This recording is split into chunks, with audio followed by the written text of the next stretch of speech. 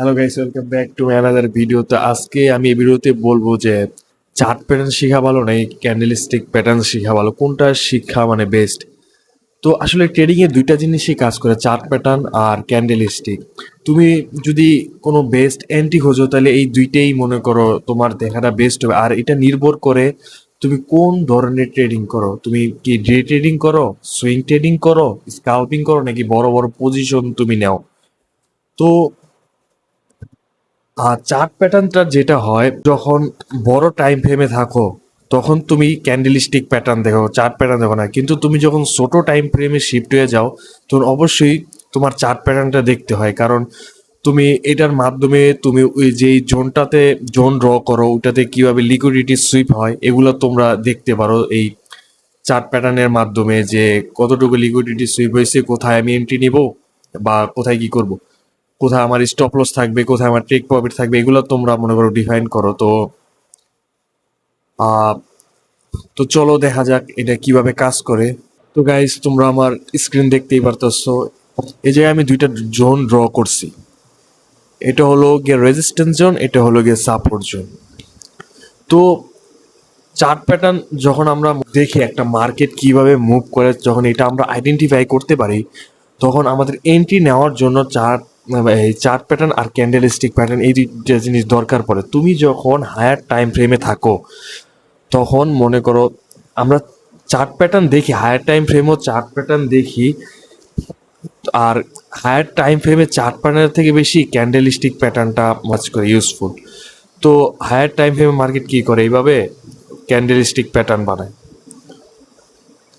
তো higher time ফ্রেমে যখন মার্কেট এইভাবে ক্যান্ডেল স্টিক প্যাটার্ন বানায়, তো তখন তোমার এন্ট্রি মনে করো, এন্ট্রি যেই জায়গা থেকে নাও, এই জায়গা থেকে মনে করো আমি এন্ট্রি নিলাম, এই জায়গায় আমার স্টপ লস থাকে।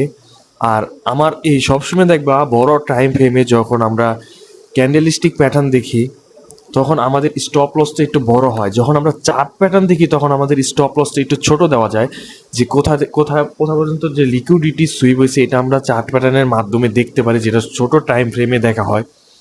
তো বড় টাইম ফ্রেমে মনে করো এই জায়গায় এন্ট্রি নিলে মনে করো মার্কেট লিকুইডিটি সুইপ করলেও বড় টাইম ফ্রেমে ওইটা মনে করো বোঝা যায়, এইভাবে মার্কেট আইসা এইভাবে মনে করো লিকুইডিটি সুইপ করা, তো দেন মার্কেট আপ ডিরেকশনে মুভ দেয়।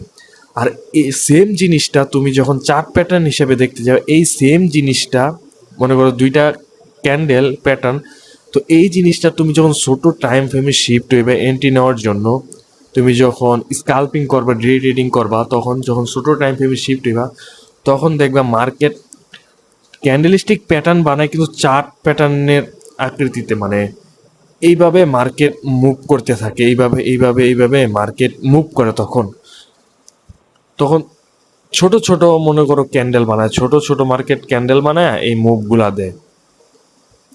তো এতে করে কি হয়, তোমরা যেই জোনটা ড্র করো, এই জায়গায় যেই আমি যেই জোনটা ড্র করছি, তোমরা মনে করো তোমাদের ট্রেডিং স্ট্র্যাটেজিতে support, resistance, demand, supply zone draw করো।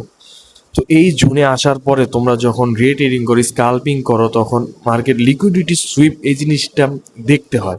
এই জিনিসটা না দেখলে তুমি মনে করো কোথায় স্টপ লস দিবা আর কোথায় এন্ট্রি করবে এই জিনিসটা বুঝতে পারবা না, কারণ একটা ভ্যালিড জোন আর ভ্যালিড মনে করো ওই জোনটাতে আসা প্রাইস অ্যাকশন কীরকম প্যাটার্ন বানাইছে, কীরকম চার্ট প্যাটার্ন বানাইছে, ওগুলো যদি না দেখতে পারো তাহলে তুমি এই এন্ট্রি নিতে পারবা না, কারণ তোমার স্টপ লস বারবার হিট হয়ে যাব।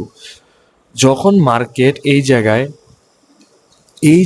এই যে মনে করো একটা ক্যান্ডেলস্টিক, এই ক্যান্ডেলস্টিক বানাইছে, তো এই জায়গায় মার্কেট লিকুইডিটি সুইপ করছে। লিকুইডিটি সুইপ বলতে এই জায়গায় অনেকেই বাই করছে, এই জায়গায় মনে করো মার্কেটটা এইবার আস্তে আস্তে এই জায়গায় যারা বাই করছে রিটেল ট্রেডার, তাদের স্টপ লস হিট করা মার্কেট লিকুইডিটি সুইপ করছে। এই জায়গায় লিকুইডিটি সুইপ করার পরে মার্কেট সুন্দর মনে করো এইভাবে একটু টাইম স্পেন্ড করে সুন্দর আপ ডিরেকশনে মুভ দিয়ে ফেলবে। এই লিকুইডিটিটা সুইপ যে করছে, যখন তুমি বড় টাইম ফ্রেমে থাকবা তখন মার্কেট ছোট একটা উইকের মতো বানায়া এই লিকুইডিটিটা দেখাবে। আর যখন তুমি চার্ট প্যাটার্ন দেখবা তখন সুন্দর মতোই দেখতে পারবা যে মার্কেট কতটুকু যাওয়ার পরে লিকুইডিটিটা সুইপ হয়েছে। দেখতে পাচ্ছ এতানে যাওয়ার পর মার্কেট পুরো প্রপারলি লিকুইডিটি সুইপ হয়েছে। এই যে চার্ট প্যাটার্নের মাধ্যমে আমরা বুঝছি যে এই লিকুইডিটি সুইপ হয়েছে। আর চার্ট প্যাটার্নের মধ্যে কিছু কিছু রিভার্সাল চার্ট প্যাটার্ন আছে যেটা ট্রেডিংয়ে অনেক কার্যকর।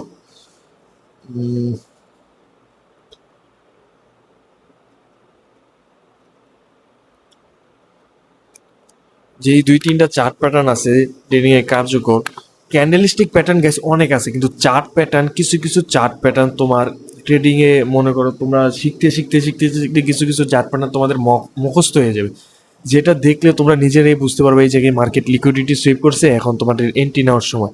তো এইভাবে চার্ট প্যাটার্নগুলো কাজ করে আর কি। চার্ট প্যাটার্নটা শিখলে কি হয়, তুমি ছোট টাইম ফ্রেমে শিফট হইয়া তুমি ভালো একটা স্টপ লস পাও, ভালো একটা মনে করো এই এন্ট্রি নেওয়ার সুযোগ পাও, ভালো একটা পাও।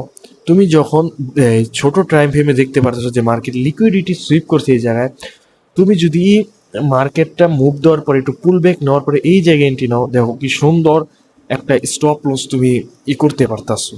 মানে তোমার স্টপ লসটা ছোট হইতেছে, তোমার টার্গেটটা বড় হইতেছে। মানে এটা তোমার প্রফিটেবল হইতে অনেক সাহায্য করবে। যেরকম বড় টাইম ফ্রেমে তোমার ইটা মনে করো অনেক থাকে, মানে বড় থাকে, স্টপ লসটা বড় থাকে, এই পর্যন্ত রাখতে হয়। কিন্তু ছোট টাইম ফ্রেমে কি হয়, তোমরা এই সেম পজিশনে এন্ট্রি নিলেও এটা মনে করো ছোট টাইম ফ্রেমে গেল, তোমরা এই জোনটাতে কোথায় লিকুইডিটি সুইপ হয়েছে এই জিনিসটা দেখতে পারবা, এবং ছোট স্টপ লসের সাথে বড় টেক প্রফিট মনে করো উইন করতে পারবা।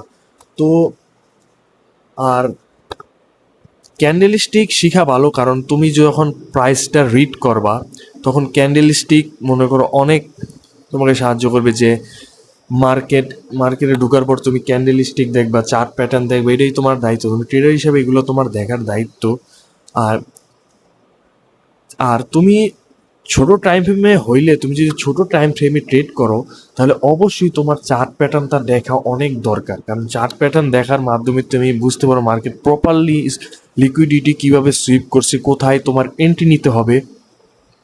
আর আর ছোট টাইম ফ্রেমও ক্যান্ডেলস্টিক কাজ করে, কিন্তু মনে করো ছোট টাইম ফ্রেমে ক্যান্ডেলস্টিক দেখতে গেলে তোমার আর স্টপ লস হিট হওয়ার চান্স অনেক বাইরে যায় গেলে। কারণ ছোট টাইম ফ্রেমে মার্কেট মনে করো বড় টাইম ফ্রেমে কি করে, মার্কেট এইভাবে ক্যান্ডেল বানায়, কিন্তু ছোট টাইম ফ্রেমে মার্কেট অনেক মনে করো ম্যানিপুলেশন করে করে। তো মার্কেট অনেক মনে করো স্টপ লস, মানে ছোট টাইম ফ্রেমে যদি তুমি ক্যান্ডেলস্টিক প্যাটার্ন দেখতে চাও তাহলে এটা মনে করো বড় টাইম ফ্রেমে ক্যান্ডেলস্টিক প্যাটার্ন দেখা ভালো, কিন্তু ছোট টাইম ফ্রেমে এটা একটু রিস্কি হয়ে যায়।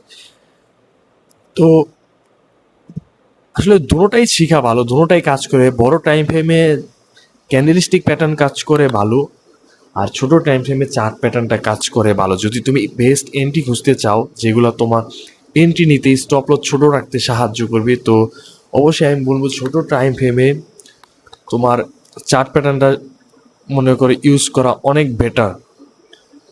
যেমন ছোট টাইম ফ্রেমে তোমরা কী কী চার্ট প্যাটার্ন দেখতে পারো, যেমন হেড অ্যান্ড শোল্ডার দেখতে পারো, হেড অ্যান্ড শোল্ডার, আর একটা আছে ডাবল টপ। আর ডাবল টপের নিয়মটা হলো, ডাবল টপ বানানোর সময় যখন মার্কেট এই নেক লাইনটা ব্রেক করবে, নেক লাইন ব্রেক করার পরে এই লেভেলটাকে আবার মার্কেট রিটেস্ট করতে মনে করো পুল ব্যাক নিবে, রিটেস্ট করার এই জায়গায় মনে করো তুমি চার্ট প্যাটার্ন দেখলা যে এই মার্কেট এইভাবে মুভটা বানাইছে, ডাবল টপ বানাইছে, পরে মার্কেট নেক লাইন ব্রেক করে রিটেস্ট নেওয়ার জন্য নিচে আইছে। তো মনে করো 18% চান্স মার্কেট এই জায়গা থেকে আপ ডিরেকশনে মুভ দেওয়ার জন্য তৈরি। তো তুমি কি করবা, স্টপ লস ছোট রাখার জন্য মার্কেট যখন পুল ব্যাক নিবে এই জায়গায় যদি তুমি এন্ট্রি নাও, তোমার মনে করো 80% মনে করো আছে যে উইন হওয়ার। আর তুমি যে ছোট টাইম ফ্রেমে ক্যান্ডেল স্টিক দেখতে যাও তাহলে হবে কি, তোমার মার্কেটটা যখন এইভাবে মনে করো ছোট টাইম ফ্রেমে ক্যান্ডেল স্টিক দেখলে সমস্যা হয় কি, আমরা বুঝতে পারি না যে মার্কেটে কোথায় এন্ট্রি নিব বা কোথায় লিকুইডিটি সুইপ হয়েছে, কোথায় মনে করো হয়েছে। ছোট টাইম ফ্রেমও মার্কেট এইভাবে মনে করে করে, এইভাবে ক্যান্ডেল স্টিকগুলা বানায়।